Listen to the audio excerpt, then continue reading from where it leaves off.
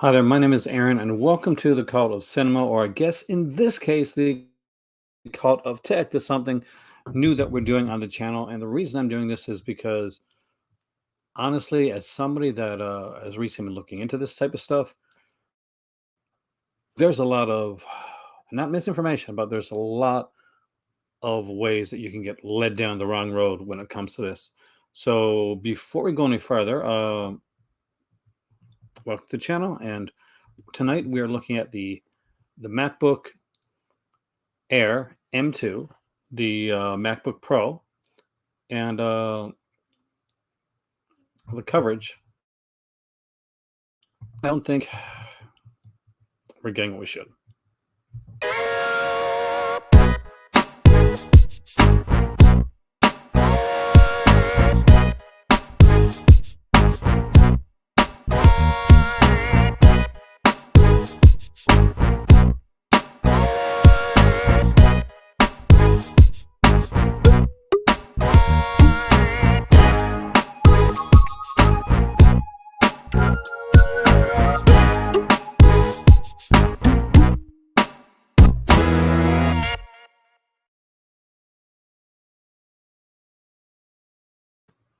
Hi there. And when I say we're not getting what we should, I mean in some of the way that it's being covered. There has been some great coverage over this, but there's been some very misleading, and I don't think it's on purpose. Uh, some coverage that I think is going to confuse a lot of people. So, for those that don't know, uh, and I'm pretty sure that's pretty much nobody at this point, there's a new MacBook out right now that's running on an M2 chip. So they came out with the MacBook 13-inch MacBook Pro, and that was pretty much the old MacBook Pro, but with the M2 chip like put into it. And then they came out with the MacBook Air M2. So, and they redesigned the whole thing. We are going to look at that. I'm going to hopefully be able to explain some stuff to you. But before we go any further, just to let you know, I right now I'm using a Nitro 5, and with the kind of with the dual core with the half SSD, half HD kind of hard drive on here, and I'm running with just a basic, 1080p Logitech camera and a blue snowball mic. But a lot of my videos that I did in my past, a long time ago, uh, would go either I'd be filming with my iPad, my iPhone. My very first video was filmed on iPhone 4, but for a while I used an iMac, and that was back. God, I would have to say probably that iMac is around 2011 is when that I'm not even sure if that's when it came out, but 2011, it's that old. And just to give you an idea, what I did is I dusted off the old iMac and I shot some video footage from that computer, and I'm gonna share right now before I go into this. Hi there. So right now I'm recording in iMovie from 2011. Just to give you an idea of the difference in the quality. So there you go. That's a 2011 iMac, was running, I don't know, 480p camera type thing. Was definitely wasn't a high down. Don't think we even had a 720 at that point. I did like plug in my extra snowball mic to my Mac, because back in the days of USB ports, remember, before they turned to the USB, the Thunderbolt C ports.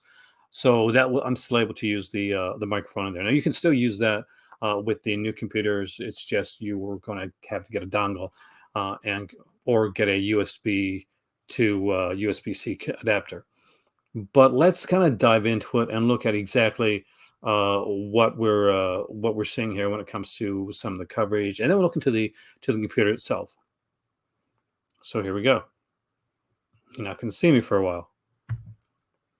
I'm sure a lot of you guys are going to say, "Thank God." So you're seeing a lot. Like, I just put in MacBook Air M2 here, and we got stuff here from Mark Ellis Reviews. We got a whole ton of stuff here. Art is Right, Kevin the Tech Ninja, the Mac Rumors, who put out some really cool stuff when it came to this. They did an interview with Justine.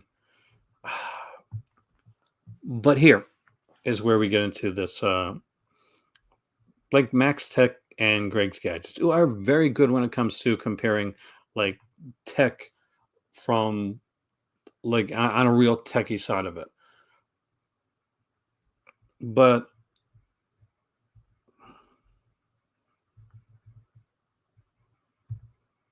95% of the people, actually no, 99% of the people that are buying this computer, this new one that's come out, they're not looking at that.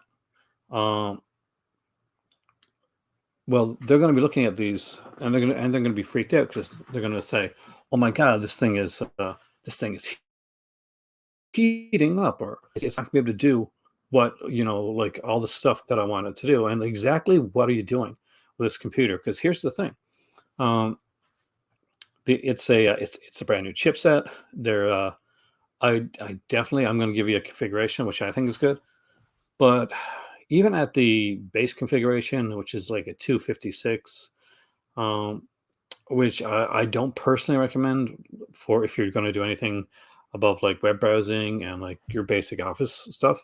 But if you're doing your basic web browsing and office stuff, to be completely honest with you, you probably can get away with the 256. The big like controversy is this, that there's one 128 NAND chip as opposed to the previous generation, which had in the base 256 line, so there's one 256 NAND chip as opposed to two 128 NAND chips. And what that means is, when you've got the two chips there, basically what's happening is you've got the ability, like when you're doing kind of swap memory, it makes it easier to use swap memory, and so it speeds things up.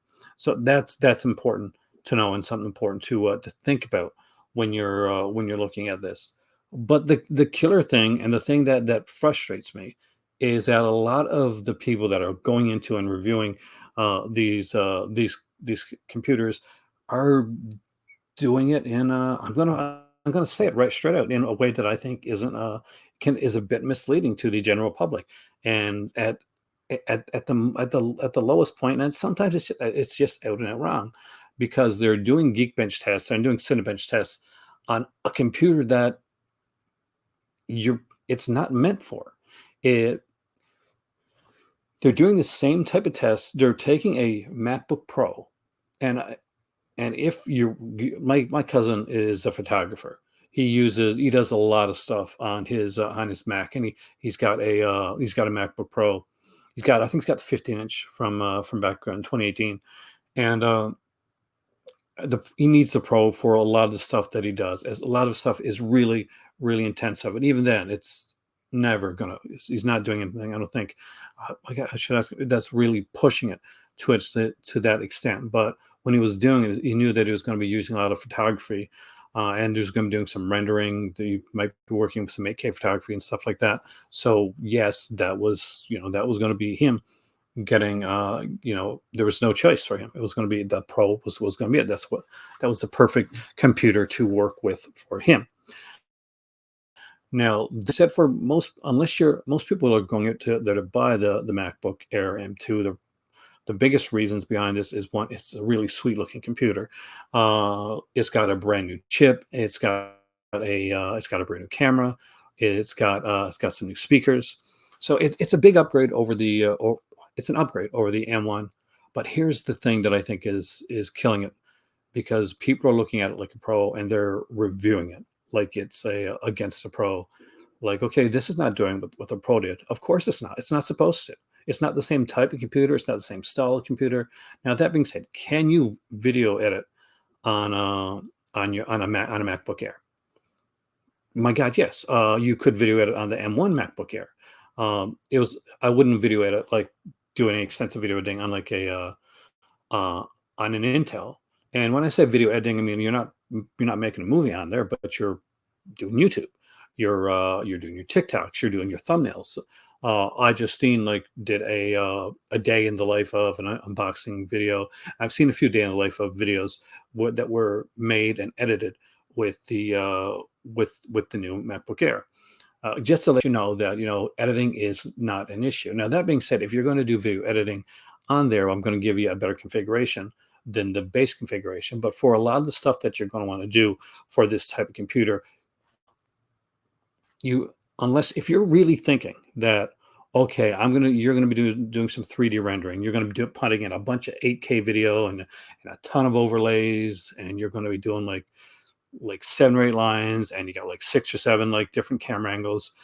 Maybe okay, maybe then you go up to the Pro, but you can do a nice 3 camera layout with with a few different lines there, uh, and it'll work well with like if you're using Final Cut Pro or iMovie, something along that lines. Then it should work fine for what you're going to need it for. More than fine, actually. It's amazing that the MacBook Air has gotten to the point where you can actually go out and you can edit video on it. And if you look at a video online that tells you that they can't edit video on here, then I'm uh, I'm calling that out, because that's not true. It doesn't edit video in the same way that the MacBook Pro 16-inch does the video editing. Uh, of course not. It's a MacBook Pro 16-inch. It's the most expensive computer in the MacBook line. And honestly, if you're doing that, then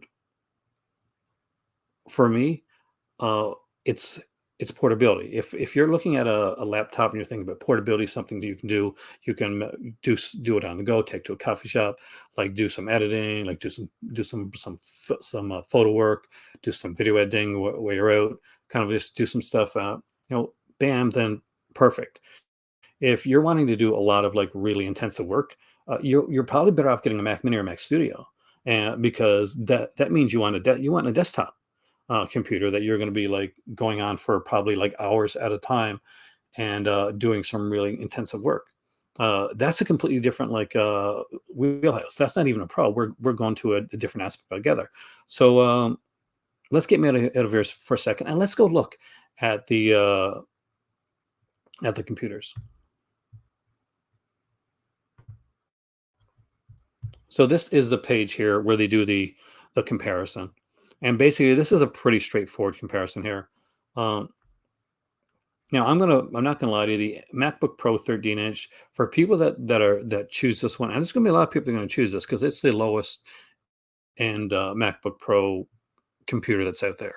What's really kind of, I guess, neat about this one is that it's a very inexpensive MacBook Pro. MacBook Pros can be pretty expensive. Now you are getting there's a bite that you're taking when you get that, though, because what you're looking at is you're going to get a Retina display that is 13.3 inches. It'll be the same as the M1.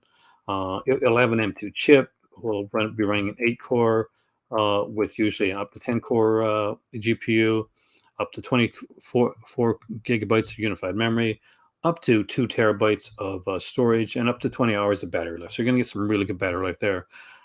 Touch bar and Touch ID is there. Touch bar is going out, like it's been being replaced by the function keys, because people haven't been so big into it.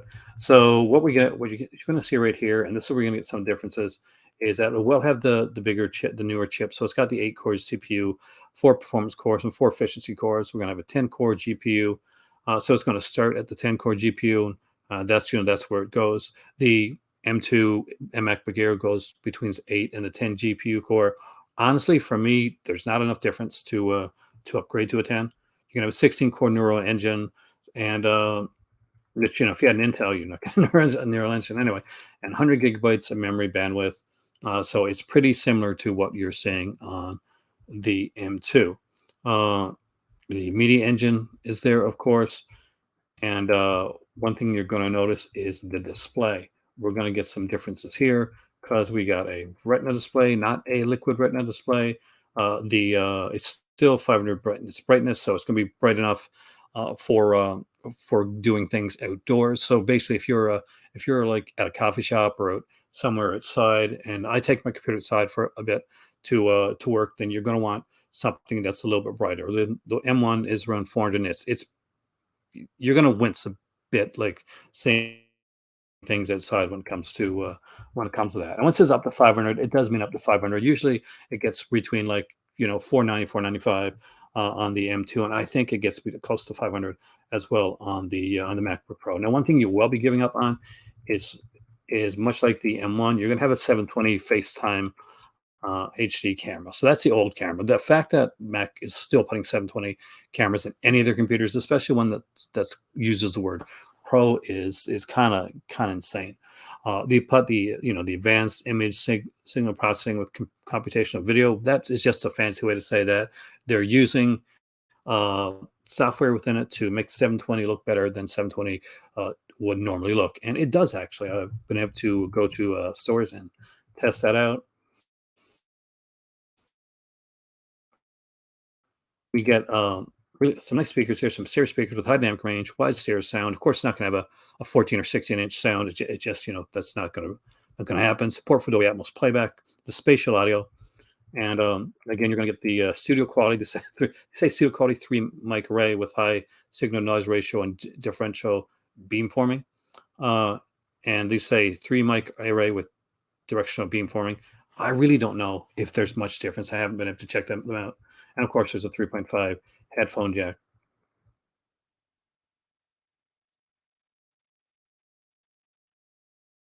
How is that different from the latest one that's come out? So we've got the MacBook Air. Let's go right up. Let's go right into it, and I'll show you guys. Sit on the buy here. We're not actually going to buy it, but we're just going to get to the part where you can actually see. So you're going to get two options right here at the gate. There's 8-core CPU, 8-core GPU, 8 gigabytes unified memory, and 256 gigabytes of SSD storage. SSD storage, well, it's just faster storage than the old hard drive storage. Yeah, significantly faster.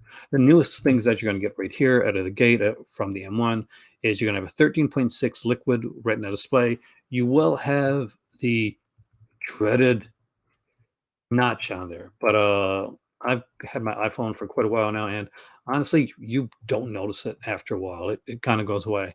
And if you put it in dark mode, you're not going to notice it at all. To be honest with you. You're going to have a 1080p FaceTime HD camera, so it's a significant upgrade from the 720 camera.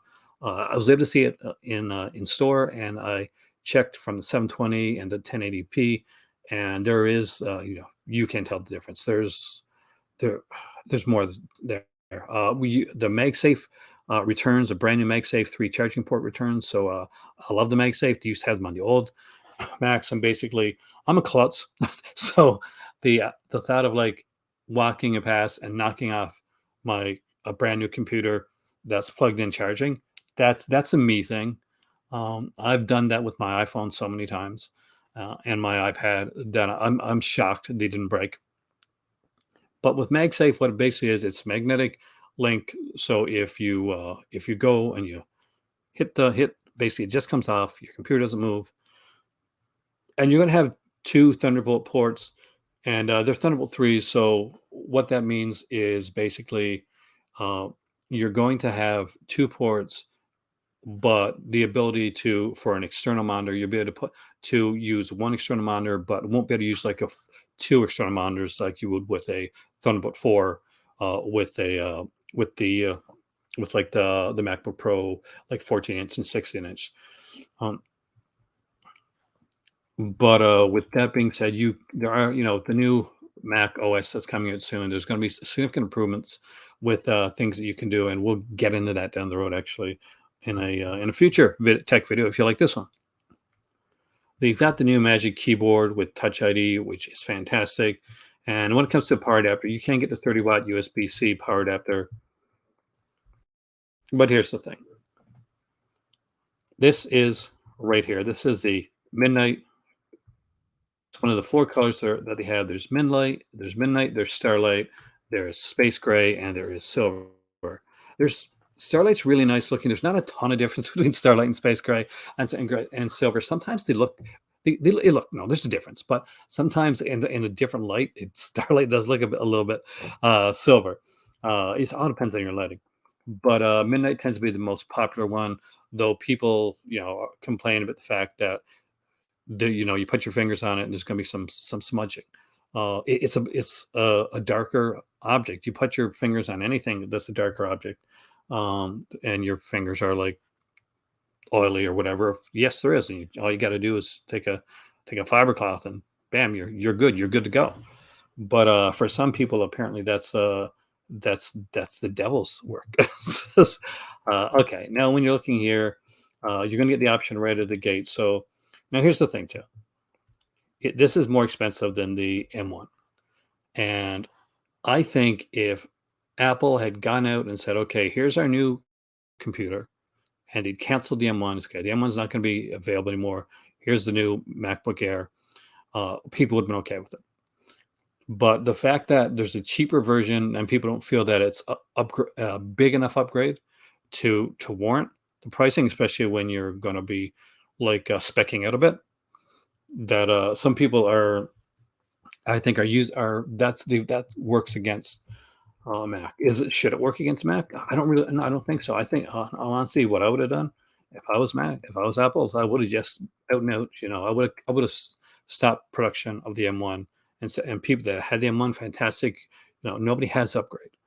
At the end of the day, if you got a computer like a year or two ago, yeah, the M1 chip, it works extremely well.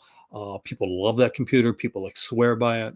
You probably don't need to upgrade to the M2 unless you just want to have the newest of everything. Now, if your last MacBook Air, and the MacBook Air is what you go with, was an Intel chip, this is going to be a massive upgrade for you because you never upgraded to the M1, so you're not going to. The difference is going to be massive because when Apple did their own silicon chip, it was well received, and there's a good reason for that. It works extremely well, and they're pushing it even farther right now to the point where I think some people thought, okay, well, this MacBook Air, I guess, is closer to what to the feel of a Pro, so I guess we'll compare it to the Pro. But it's a MacBook Air. It's not a MacBook Pro. You can't. It's like comparing an apple to an orange and say, well, which one of these is better? Well, they're very different, and they're for different reasons. Sometimes you want a juicy apple, and sometimes you want like a juicy orange.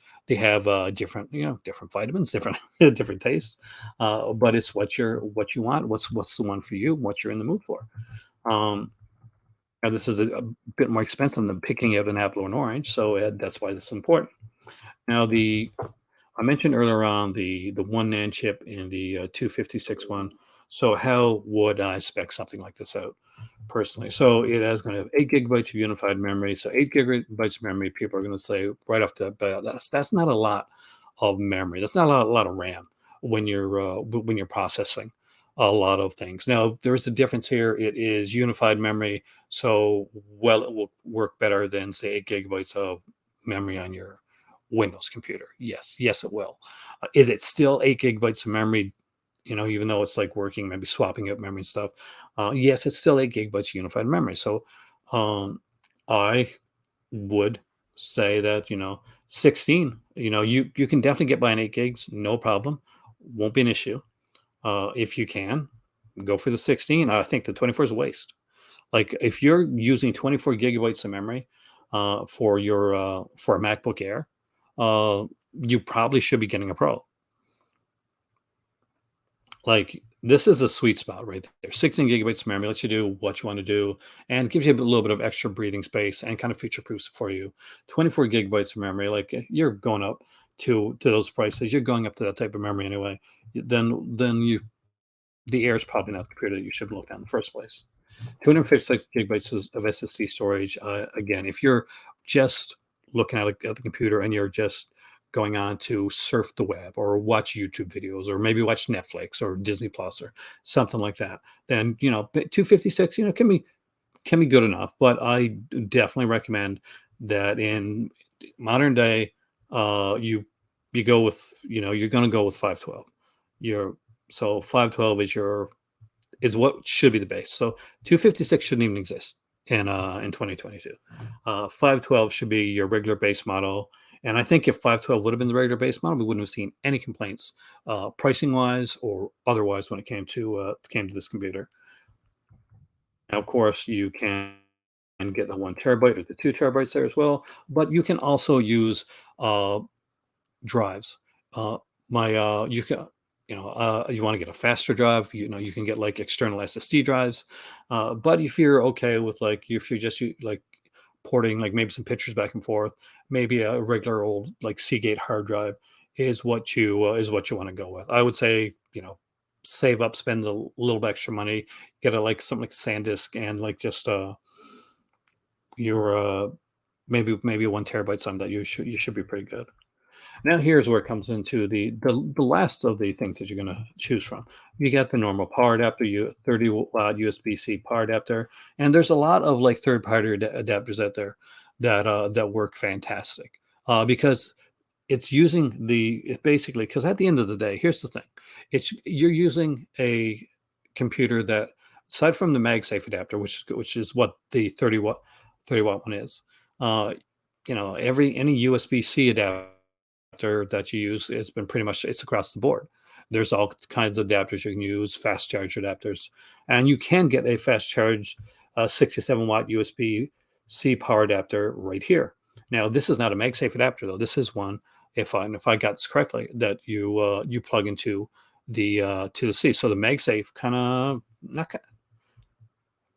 really if I got this right, the MagSafe's not really doesn't become so useful then. But right here is again is a sweet spot. $30 you get for 35 watts dual USB-C port compact power adapter. You're going to get the adapter and you can charge your iPhone or iPad at the same time. That being said, you can probably just get a third party adapter if you want to, and you're good out of the uh, out of the gate.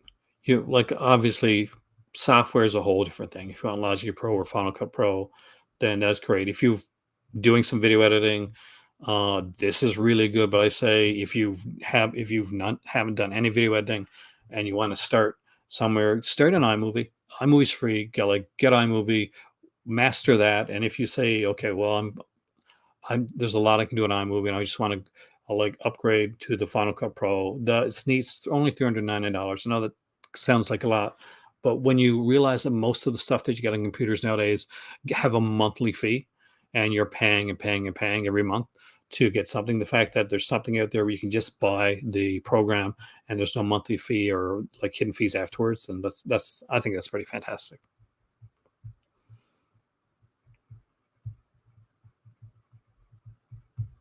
So the really important thing to think about when you're looking at this is it's a MacBook Air, and it's meant to be like kind of a portable computer.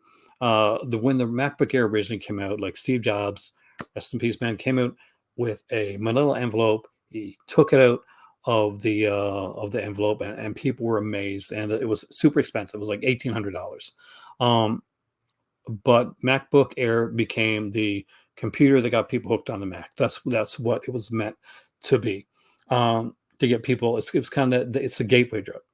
And so what they did was they made it around $1,000. This one here got to be a bit more expensive, but they kept the M1 in there at the $1,000 price point. And I think they did that for the specific reason of saying, okay, well, the MacBook Air is still there's still $1,000 MacBook Air for you. This one's a bit more expensive. We put a bit more work into this one. So is it worth it? If you're buying a computer for and you want a MacBook Air, if your older computer, for instance, is maybe a MacBook Air or an older Windows PC computer, you're going to notice massive differences in what's done. Now you should know if you're going from one format to another. Look at what you use it for as well. Look at the type of programs that you use, the type of editing software that you use. If you stream, for instance, there may be a different type of streaming software that works better on a Mac than it does on a PC computer. If you're doing something along the lines of if you're doing a podcast or something along that lines, then yeah, Mac has long been like the kind of the creative people's computer is what it pushes it for, and kind of the hipster like aspect of it too. It's not for everybody, but it is for a lot of people out there. But I think the reason that I made this video, the most important thing to get away from this video is that for a lot of people that are going on looking at the MacBook Air, they just want a good computer and they want a Macintosh. Maybe they're having the first Macintosh, maybe they're a student, maybe the computer that's portable, that looks really nice. It checks all those boxes.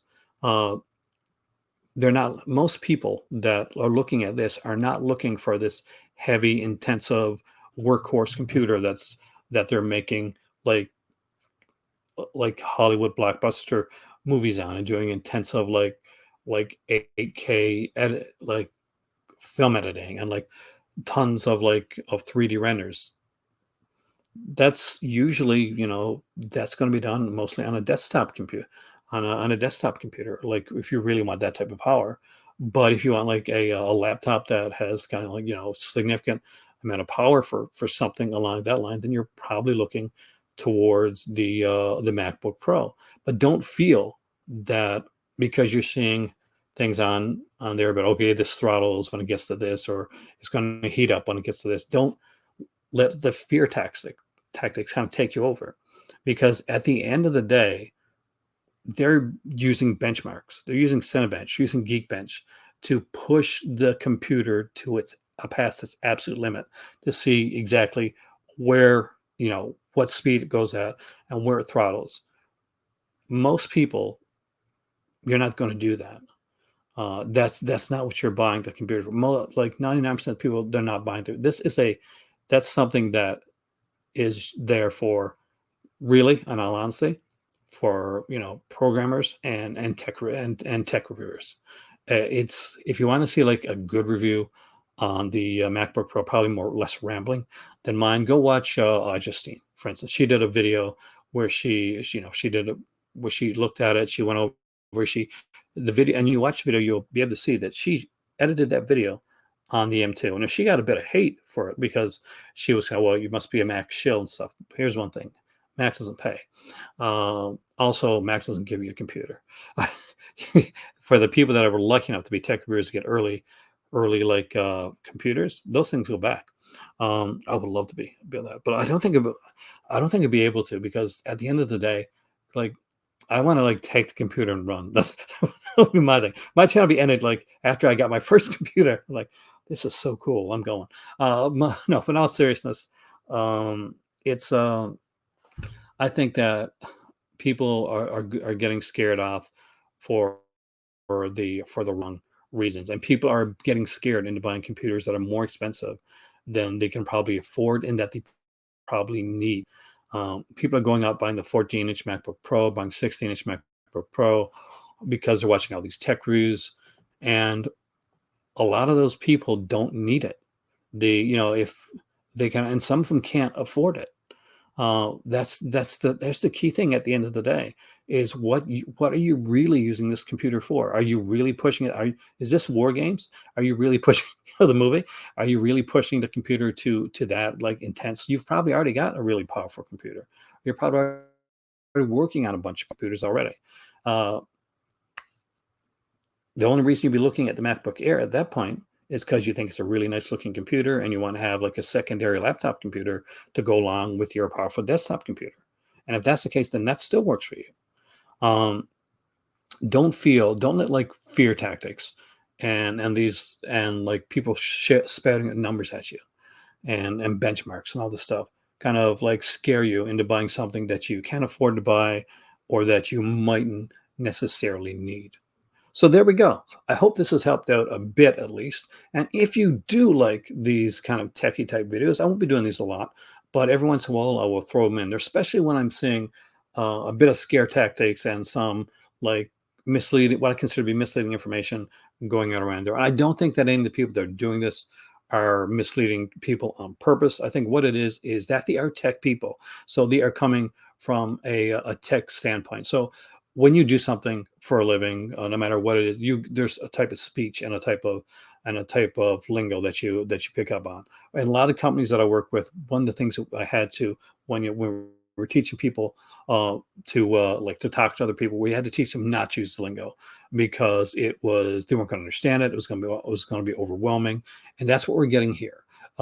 Is we're getting a lot of YouTube videos that are comparing computers. That one, okay, it's nice to compare, but it really means nothing in the sense of the long term, and what the actual person needs the computer for. There you go. That's been the Call to Tech for today. I am Heron, and I will see you here next time. Hope you have a wonderful day. And remember, get what you need, not what people tell you you need.